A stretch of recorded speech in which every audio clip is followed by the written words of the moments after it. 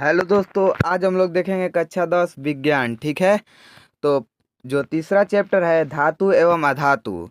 ठीक है, धातु एवं अधातु। इस चैप्टर में देखेंगे धातु एवं अधातु होती क्या है और इसके कंप्लीट चैप्टर को करेंगे। आप वीडियो में अंत तक जरूर बने रहें। ठीक है, तो देखिए, तत्वों को उनके गुणधर्मों के आधार पर धातु एवं अधातु में वर्गीकृत किया जाता है। ठीक है, मतलब तत्वों को उनके गुण धर्म के आधार पर जो होता है धातु एवं अधातु में वर्गीकृत किया जाता है। ठीक है, अब देखते हैं धातु के कुछ उदाहरण दिए हैं और अधातु के कुछ उदाहरण दिए गए हैं। तो देखते हैं आयरन Fe। ठीक है, एल्यूमिनियम Al, चांदी Ag, कापर Cu। ठीक है, कापर Cu। अब देखते हैं अधातु के कुछ उदाहरण, nitrogen N, sulphur S, oxygen O। ठीक है, अब देखते हैं जो मतलब कि इतना तो देख लिए कि जो धातु के उदाहरण और अधातु के उदाहरण, लेकिन अब देखेंगे कि भौतिक गुणधर्म धातु के और अधातु के। ठीक है, भौतिक गुणधर्म में क्या क्या क्या आ जाएगा, जैसे कि धात्विक चमक आ जाएगा, कठोरता आ जाएगा, इसके रूप आ जाएगा, और आघातवर्ध्यता आ जाएगा, तन्यता आ जाएगा, घनत्व आ जाएगा। ठीक है, अब देखते हैं तो गुणधर्म में देखते हैं ये धातु है, यहाँ अधातु। ठीक है, तो इसका चार्ट बनाकर देखेंगे। धात्विक चमक, धात्विक चमक जो होता है धातु की सतह चमकदार होती है। ठीक है, जो धातु में धात्विक चमक पाया जाता है, यानी कि धातु की जो चमक होती मतलब सतह होती है वो चमकदार होती है। लेकिन अधातु के देखते हैं, अधातुएं चमकीली नहीं होती। ठीक है, अधातु तो चमकीली नहीं होती, लेकिन कुछ अपवाद होती हैं, जैसे कि आयोडीन अधातु होते हुए भी चमकीली होती है। ठीक है, जो आयोडीन है चमकीली होती है, लेकिन वो क्या है, धातु नहीं है, अधातु है। ठीक है, अब देखते हैं कठोरता। कठोरता, धातुएं सामान्यतः कठोर होती हैं, जो धातु होती है सामान्यतः कठोर होती है। जैसे लेकिन लिथियम, सोडियम, पोटेशियम मुलायम होते हैं और इन्हें चाकू से भी काटा जा सकता है। ठीक है, मतलब धातु जो होती हैं कठोर होती है, लेकिन कुछ कुछ ऐसी धातुएं हैं जो मुलायम होती है और उसे चाकू से काटा जा सकता है, जैसे कि लिथियम, सोडियम, पोटेशियम। आप लोग याद रखिएगा। ठीक है, अब देखते हैं अधातु में, ये अधिकतर कठोर नहीं होते। ठीक है, जो अधातु होती है ये अधिकतर कठोर नहीं होते। लेकिन अब देखते हैं कार्बन का एक अपरूप हीरा है जो सबसे कठोर प्राकृतिक पदार्थ है। ठीक है, जो इसमें जो हीरा है ना बहुत कठोर पदार्थ है। तो इसीलिए कहा गया जो मतलब कि अधातु कठोर नहीं होती, लेकिन जो हीरा है वो कार्बन का अपरूप है। जो कार्बन क्या है, अधातु है। इसीलिए जो हीरा है ना बहुत कठोर है, जो कठोर है। तो इसीलिए मतलब कि इसमें दे दिया है कि अपरूप हीरा जो है सबसे कठोर प्राकृतिक का पदार्थ है। इतना तो चल चल देंगे। अब देखेंगे रूप। ठीक है, रूप में धातुएं कमरे के ताप पर ठोस रूप में पाई जाती हैं। ठीक है, जो धातु होती है ना कमरे के जो ताप पर ठोस अवस्था में पाई जाती है, लेकिन केवल मरकरी जो है यानी पारा को छोड़कर जो द्रव रूप में पाया जाता है। ठीक है, जो मतलब मरकरी होता है ना ठोस रूप में नहीं पाया जाता है, वो किस रूप में पाया जाता है, द्रव रूप में पाया जाता है। इतना तो समझ में आया। अब देखते हैं धातुएं ठोस या गैसीय रूप में पाई जाती हैं। जो अधातुएं होती हैं ठोस में पाई जाएंगी या गैसीय अवस्था में, लेकिन एगो ब्रोमीन जो है वो तरल अवस्था में पाया जाता है, यानी द्रव अवस्था में पाया जाता है। आप लोग याद रखिएगा। ठीक है, जो मरकरी पूछा जाता है, ये बोर्ड एग्जाम में ये पूछा जाएगा, मरकरी हो गया, और अधातु पूछा जाएगा कि जो द्रव मतलब कि कमरे के ताप पर ठोस मतलब द्रव अवस्था में कौन सी रहती है, अधातु तो ब्रोमीन, और धातु का आएगा तो मरकरी। ये बोर्ड एग्जाम में 1 नंबर का पूछ लिया जाता है। ठीक है, अब देखते हैं आघातवर्ध्यता। ठीक है, जो धातु होती है कुछ धातुओं को पीटकर पतली चादर के रूप में परिवर्तित किया जा सकता है। ठीक है, और देखते हैं कि अधातुएं में इसमें पाया नहीं जाता है, आघातवर्ध्यता का गुण नहीं पाया जाता है। ठीक है, अब देखते हैं तन्यता।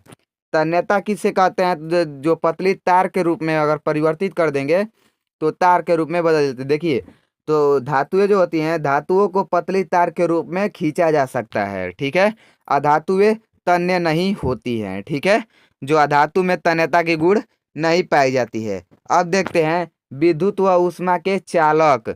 जो धातुएं होती है ना सामान्यतः धातुएं विद्युत व ऊष्मा की सुचालक होते हैं, जिसे कि मतलब कि इसमें जो होती है हम लोगों का विद्युत प्रवाहित हो जाएगा। जैसे कि सीसा एवं मरकरी कुचालक होते हैं, ठीक है। जो सीसा और मरकरी जो है वो कुचालक होते हैं, लेकिन ये क्या है, धातु हैं, ठीक है। अब देखिए, जो अधातु में देखते हैं, सामान्यतः अधातु विद्युत व ऊष्मा की कुचालक होती हैं। ग्रेफाइट सुचालक होता है। अब देखिए, ग्रेफाइट सुचालक क्यों होता है, और मतलब कि जो ग्रेफाइट अधातु है लेकिन सुचालक क्यों होता है, यानी विद्युत उसमें प्रवाहित क्यों होगी। हम लोगों के इसमें ना मुक्त इलेक्ट्रॉन पाया जाता है, ठीक है। इलेक्ट्रॉन जो होता है ना, मुक्त इलेक्ट्रॉन पाया जाता है। मुक्त इलेक्ट्रॉन की वजह से इसमें विद्युत धारा प्रवाहित होती है, ठीक है। जो ग्रेफाइट अगर हम लोग देखेंगे तो रोल के नोक होता है ना, वो ग्रेफाइट से ही बना होता है, ठीक है। और ग्रेफाइट जो है कार्बन का अपरूप है। लेकिन अब कहेंगे कि हीरा, हीरा जो है, हीरा में क्यों नहीं, हीरा सुचालक क्यों नहीं है, इसमें मुक्त इलेक्ट्रॉन नहीं पाए जाते हैं, ठीक है। मुक्त इलेक्ट्रॉन नहीं पाए जाते हैं, इसीलिए वो क्या है, चालक नहीं है विद्युत का, ठीक है। अब देखते हैं 7 नंबर घनत्व, ठीक है। 7 नंबर घनत्व है, सामान्यतः अधिक घनत्व व उच्च गलनांक होता है। जो होता है मतलब कि जो धातु होती है उसमें उच्च गलनांक और उसका उच्च घनत्व होता है। अब देखिए, जैसे सोडियम एवं पोटेशियम का घनत्व तथा गलनांक कम होता है, ठीक है। जो घनत्व और गलनांक इसका कम होता है, ठीक है। अब देखते हैं अधातु में, सामान्यतः अधातुओं का घनत्व व गलनांक कम होते हैं, ठीक है। इतना तो पता चल गया। ध्वनिक, अब देखेंगे ध्वनिक। धातुएं कठोर सतह से टकराने पर आवाज पैदा करती हैं, ठीक है। यानी ध्वनि पैदा करती है। जो धातु टकराएंगी आपस में तो वो क्या, कठोर सतह से, तो वो आवाज उत्पन्न करेंगी, उसे ध्वनिक कहते हैं, ठीक है। अधातुओं में ध्वनिक नहीं होते हैं, ठीक है। यानी उसमें टकराएंगे तो वो आवाज नहीं करेगी, ठीक है। अब देखते हैं ऑक्साइड, ठीक है। ऑक्साइड जो धातु होती है, अधिकतर धातुएं क्षारिकीय ऑक्साइड बनाती हैं। जैसे जो धातु होती है, अब यहाँ से हम लोगों को क्लियर हो जाएगा।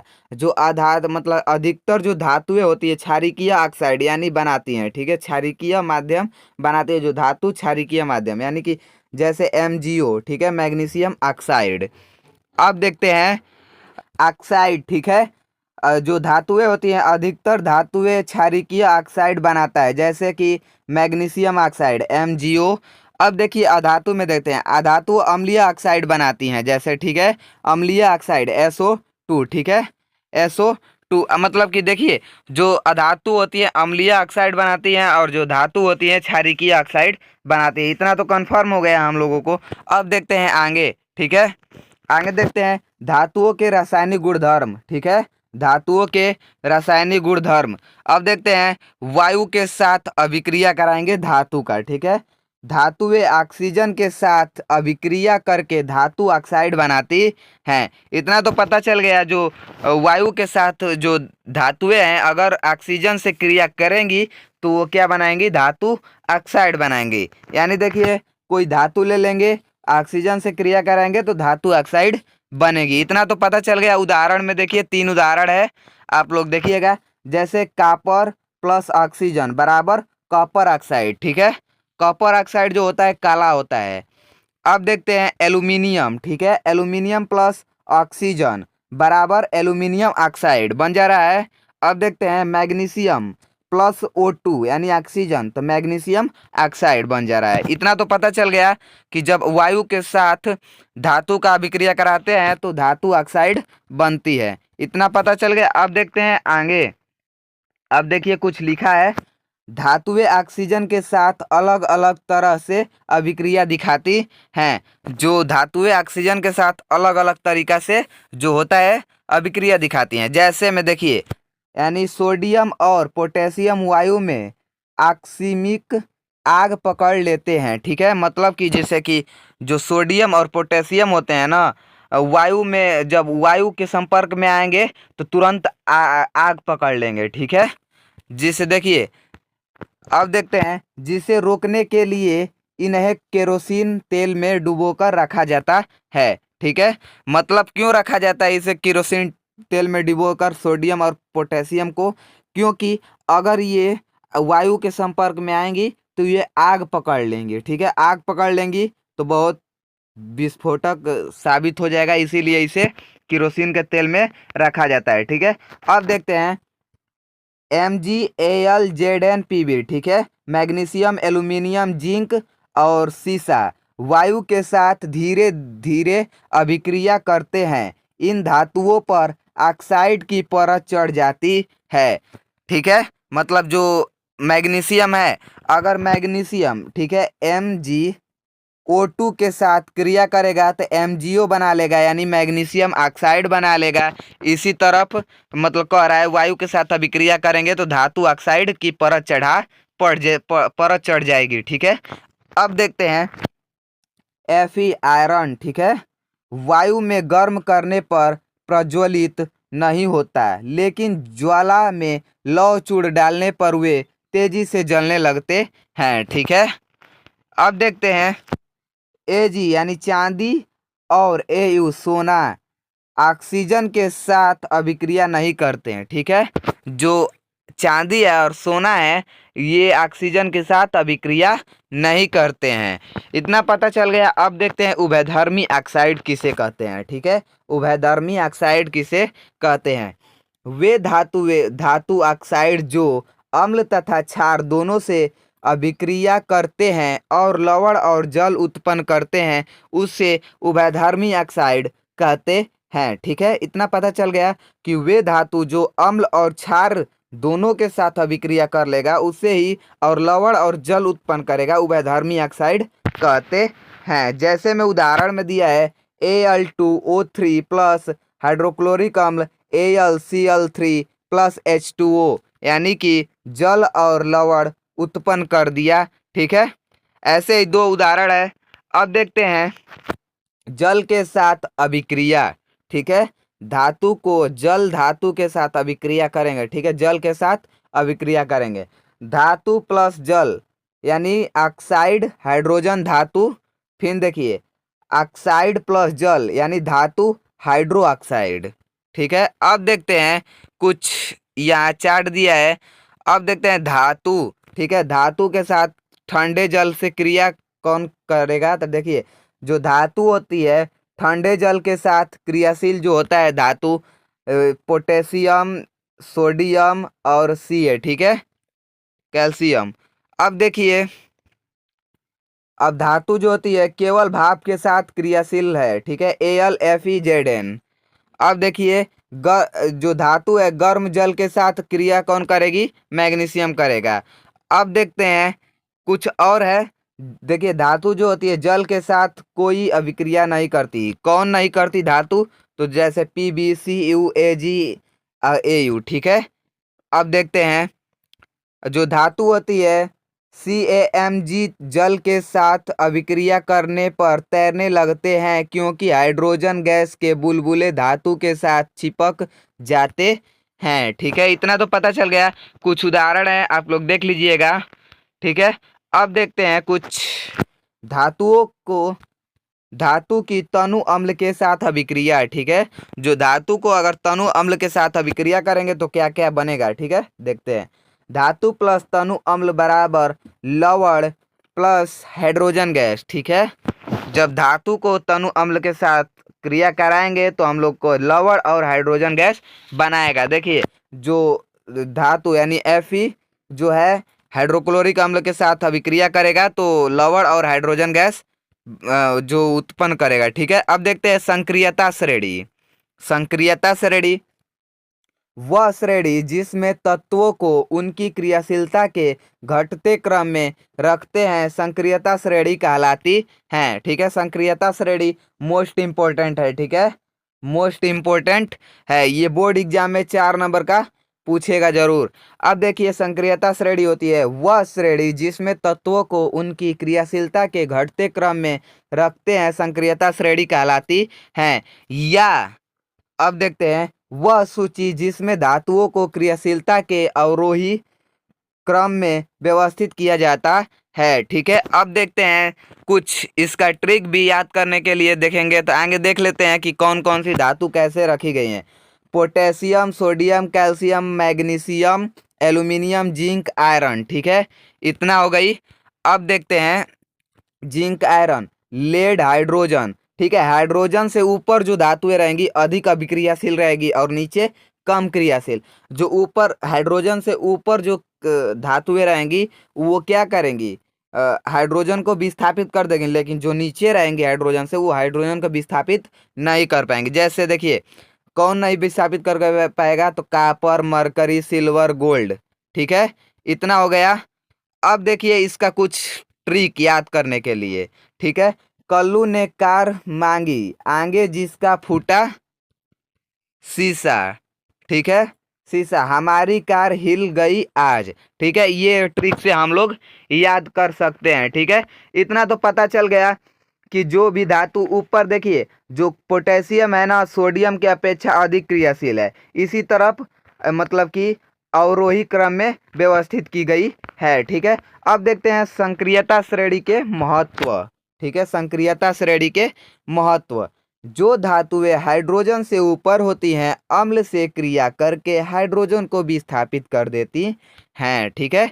इतना तो पता चला कि जो हाइड्रोजन से ऊपर की जो धातु रहेंगी अम्ल के साथ क्रिया करके हाइड्रोजन को विस्थापित कर देती हैं। इतना तो पता चल गया।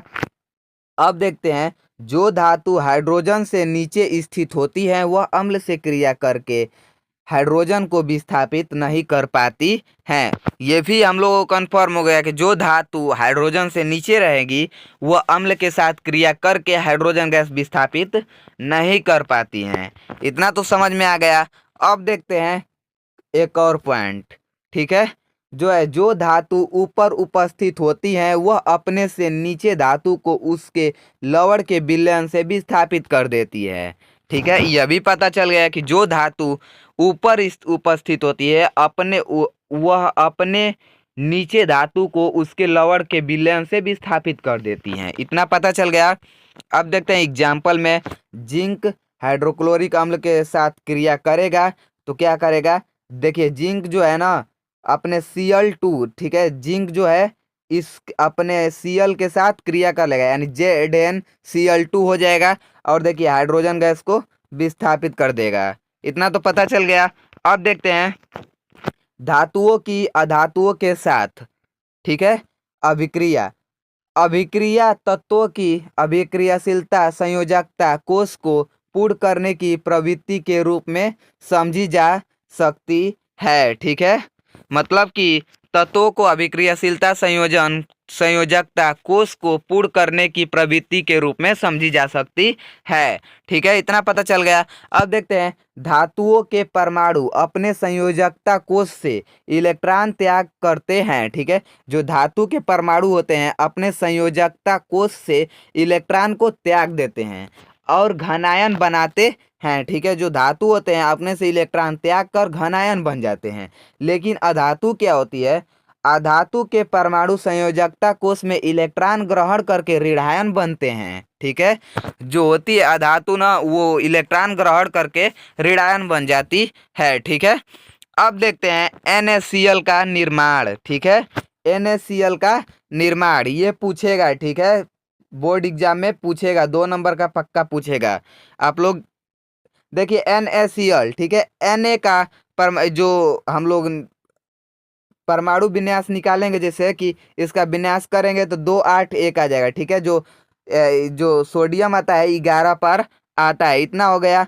अब देखिए 281 यानी कि जो लास्ट कक्षा में इसके कितने इलेक्ट्रॉन है, 1 इलेक्ट्रॉन है, तो इसका क्या करेंगे, कितना हो गया। अब देखिए और Cl जो होता है क्लोरीन 288 होता है इसका, अगर हम लोग करेंगे तो 288 होगा, ठीक है। अब देखिए कि ऐसे हम लोग कर कर Na प्लस Cl को कर कर वही अपने 8 इलेक्ट्रॉन को क्या करेगा, लास्ट वीक कक्षा में कितनी इलेक्ट्रॉन है, 8 इलेक्ट्रॉन है, तो वो अपने आपस में जिससे कि दे देगा, तो वो सोडियम मतलब कि Na के साथ क्रिया करके NaCl बना लेगा, ठीक है।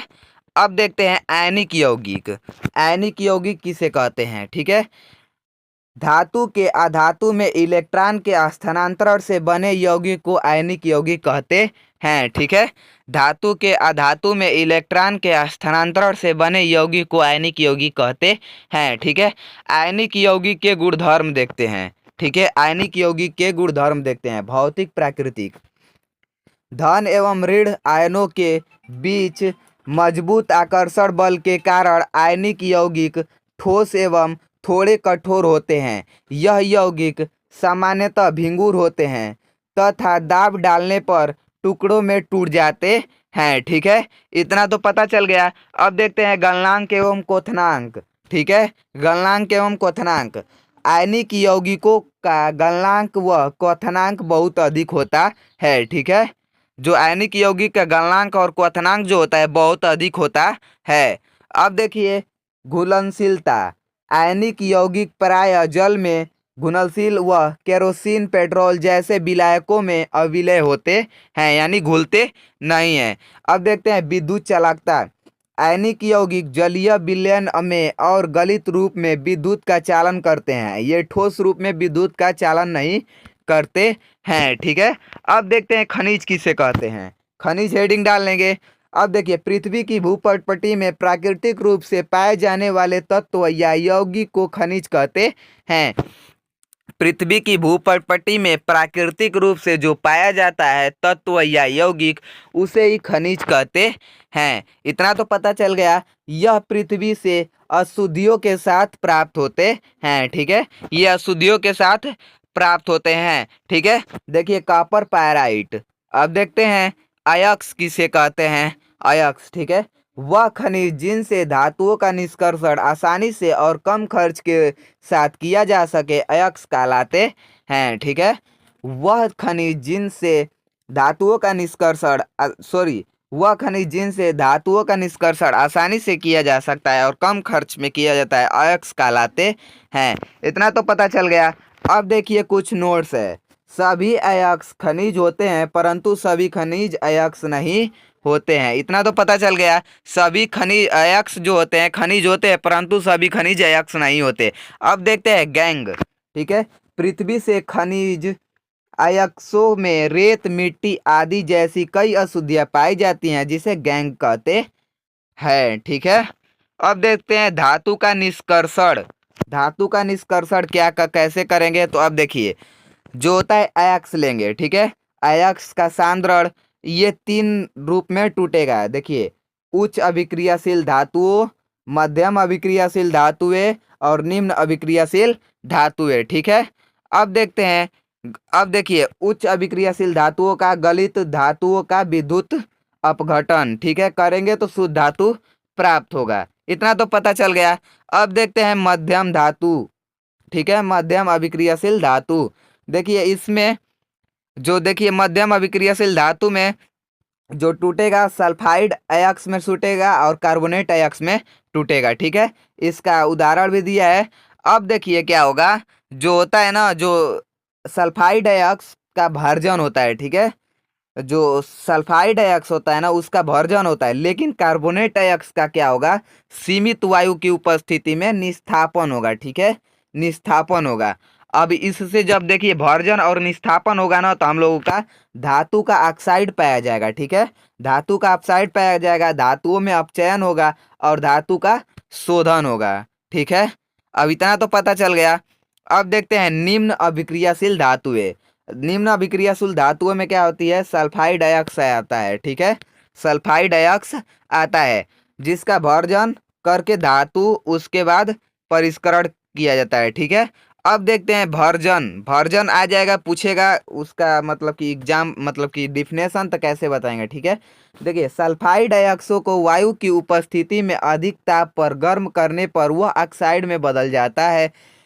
इस प्रक्रिया को भर्जन कहते हैं। ठीक है, मतलब कि सल्फाइड अयस्क को वायु की उपस्थिति में अधिक ताप पर गर्म करने पर यह ऑक्साइड में बदल जाता है। इस प्रक्रिया को भर्जन कहते हैं। देखिए, ठीक है, यानी कि क्या कह रहा है, सल्फाइड अयस्क यानी ZnS, ठीक है, जिंक सल्फाइड प्लस ऑक्सीजन के साथ करेगा तो ये किस में बदल जाएगा, ऑक्साइड में बदल जाता है। ठीक है, अब देखते हैं निस्थापन किसे कहते हैं। कार्बोनेट अयस्क को सीमित वायु में अधिक ताप पर गर्म करने से यह ऑक्साइड में बदल जाता है। इस प्रक्रिया को निस्थापन कहा जाता है। ठीक है, इतना पता चल गया। कार्बोनेट अयस्क को सीमित वायु यानी कह सकते हैं वायु उपस्थित न हो, यानी सीमित वायु की अधिक ताप पर गर्म करने से यह ऑक्साइड में बदल जाता है। इस प्रक्रिया को निस्थापन कहा जाता है। ठीक है, अब देखिए अपचयन। ठीक है, इसका उदाहरण है।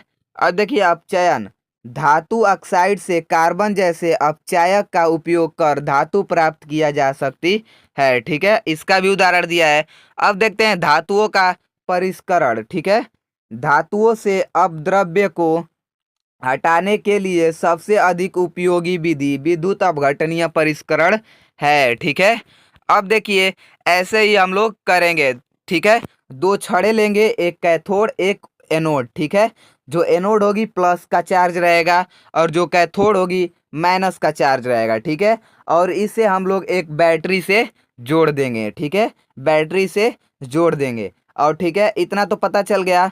अब देखिए अम्लीय विलयन CuSO4 लेंगे। ठीक है, इतना तो हो गया। इसका अपघटनीय परिष्कार करेंगे तो जो इसमें ना क्या होगा, Cu2 का जलीय विलयन ले लेंगे। अब देखिए अपद्रव्य एनोड पंख, अगर ये जो है ये एनोड पंख दिख रहा है। ठीक है, अगर इसके परिष्करण करेंगे तो उसे धातु मल भी कहते हैं। ठीक है, इसके अब देखिए जो होता है एनोड पर आधा आधा जिसे आज अशुद्ध तांबा है। ठीक है, और कैथोड पर शुद्ध तांबा है। इतना तो पता चल गया।